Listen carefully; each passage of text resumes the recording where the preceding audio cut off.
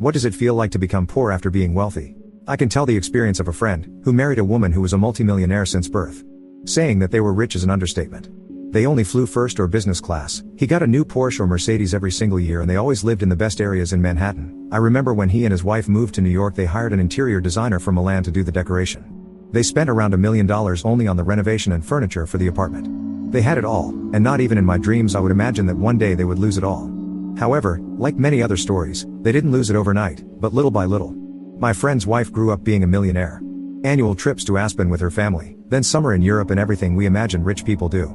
I was lucky to enjoy some of these perks when I was invited to one of their vacation homes. They had a lot of money but they didn't work. After all, they never needed to do it. She received a monthly allowance from her family that I believe was around $700K to $1M per year, so they would probably not bother to work 9 to 6 to make $100,000 more. They lived this life for around 10 years. Then, they had some disagreements with their family and they stopped receiving the allowance. They lived by their savings for around 3 years. During those years they lived a very good life, but not as lavish as before. After 3 years, when they were about to start selling everything so they could have some money, her uncle died. He didn't have any kids, so she received a good sum of money that was sufficient for around 3 more years.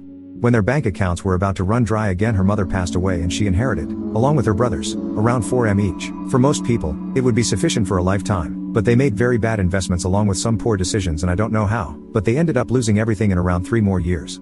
After losing all their money, they started living with the money of a trust her parents left to her, something around $5K per month. But they are in their 50s, they never worked and have no professional skills, and they have to pay rent, as they don't have a home, pay all their bills, and above all, health insurance with that amount. I saw them around 6 months ago and they were miserable.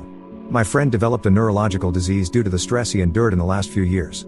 His wife was making all decisions as he wasn't able to do it anymore. Unfortunately, he is so sick that he couldn't work even if he wanted to. I was really sad it happened to them because they were really nice people. It's easy to judge them for never bothering to have a job or be wiser with their money. However, she was born in a different universe for most of us. What we see as a lavish lifestyle she sees as a regular day since birth. I asked them if they needed anything, and obviously what they need is their old lifestyle back. They moved to a modest apartment in a different state. She told me that the biggest issue is that they don't know how to live like that. She can't imagine what's like to do their own grocery shopping, and worse than that, go to Walmart with a shopping list. She said that if she spent a little more on things she liked, she might not have money for the supermarket next week. I would not dare to say that this experience was humbling to them because they were always nice people. The difference is that they were nice people with lots of money. The only positive thing I believe this experience brought to them is that they are no longer superficial. They used to see everything like poverty, sorrow, and problems from a different perspective, and I used to see them through a mask that looked like they were using all the time. Now, for the first time, I was able to see who they really are. What are their emotions, their fears, their desires, and their regrets? For the first time in their lives, they desire things. They no longer pull their credit card and immediately satisfy their desires, and in that sense, they look like real people to me.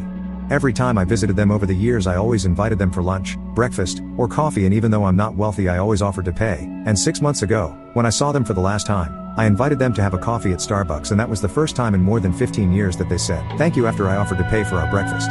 It felt different. They don't need to thank me for anything because during their life, just by inviting me to stay with them, they offered me much more than anything I've ever offered to them. But for the first time in their lives, they are learning to value every small good thing that life gives to them.